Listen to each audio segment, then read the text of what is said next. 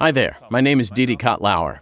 I want to introduce the most important points for operating the DIRACT and DIRACT VOICE avalanche transceivers. To turn the device on or off, press and hold the on-off button for 2 seconds. When turning it off, you must confirm by pressing the flag button.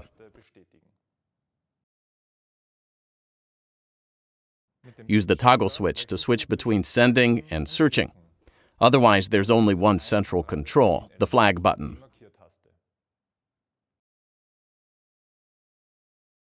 The DIRACT voice model comes with integrated voice navigation. With the exception of this search support, the DIRACT and DIRACT voice models are operated in exactly the same way. Briefly press the flag button to scroll through the language options. To select a language, press and hold the button for 2 seconds.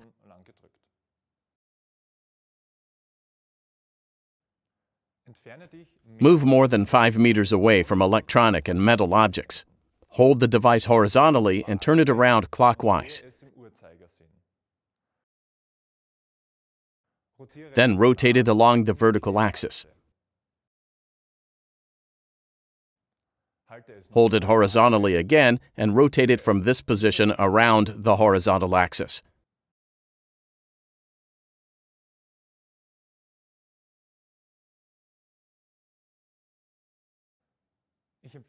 I highly recommend using the free Ortovox app.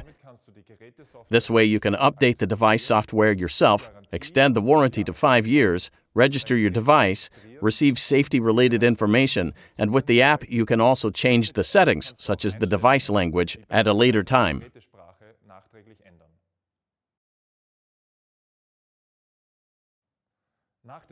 Once turned on, the device will conduct a self-test and display the battery level.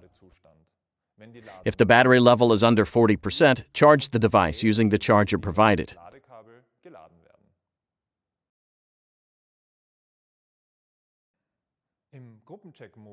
In group check mode, you test whether the other devices in the group are transmitting correctly. To activate it, press the flag button after turning on the device. The checking distance should be 1 meter. The distance between group members should be at least 3 meters. The device will show you when it finds a transmitter. Check whether the distance shown on the display roughly reflects the real distance to the transmitter. The device will let you know if there are too many transmitters within checking distance or if it identifies a defective transmitter.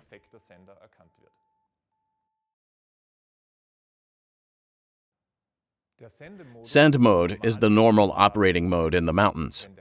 When the toggle switch is in the send position, send is displayed. To save battery, this display is hidden when the device is in darkness, but the device continues to transmit. Pressing a button reactivates the display.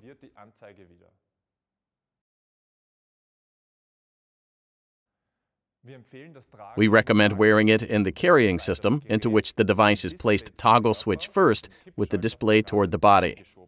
The quick-release fastener and the waist strap buckle must be securely fastened. The safety loop must be attached to the device and the carabiner, and the carrying system must always be covered by a layer of clothing. If you're only wearing one layer of clothing, we recommend carrying it in a pocket that can be securely zipped up.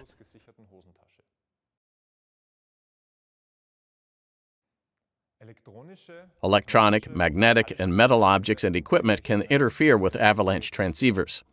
Typical sources of interference include smartphones, radio devices, action cameras, and sports watches.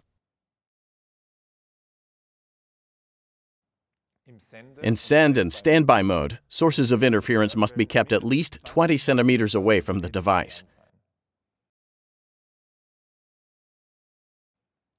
In search mode, they must be kept at least 50 centimeters away. One part of the group search is using their avalanche transceivers. To activate search mode, flip the toggle switch to the search position.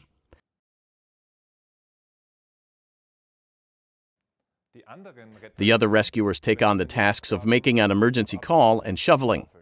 To do this, they change to standby mode. In this mode, your own transmitting signal is temporarily suppressed so as not to interfere with the search. To activate standby mode, press the flag button when in send mode, and then flip the toggle switch up and back down again.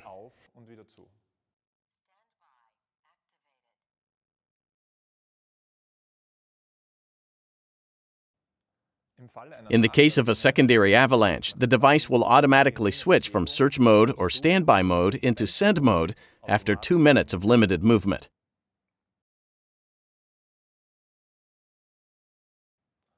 If no signals are displayed, search the avalanche deposit zone swiftly with the maximum search strip width displayed on the device. This adapts dynamically to the situation, for example, if there is strong external interference. Keep an eye out for partially buried victims and search in a group if possible. The distance from the edge of the avalanche deposit zone must be no more than half of the search strip width.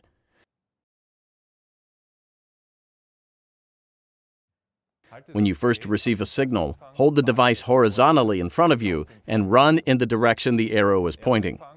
Move quickly from first reception to approximately 10 meters away. The direction of your search only needs to be roughly right. Under 10 meters, move slowly and ensure you are searching in the exact direction the arrow is pointing.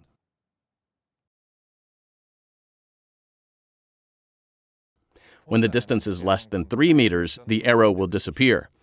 Move the device over the area, keeping close to the surface of the snow. Search slowly and precisely in a cross pattern until you reach the closest distance display. Mark this spot with an object so it can be probed.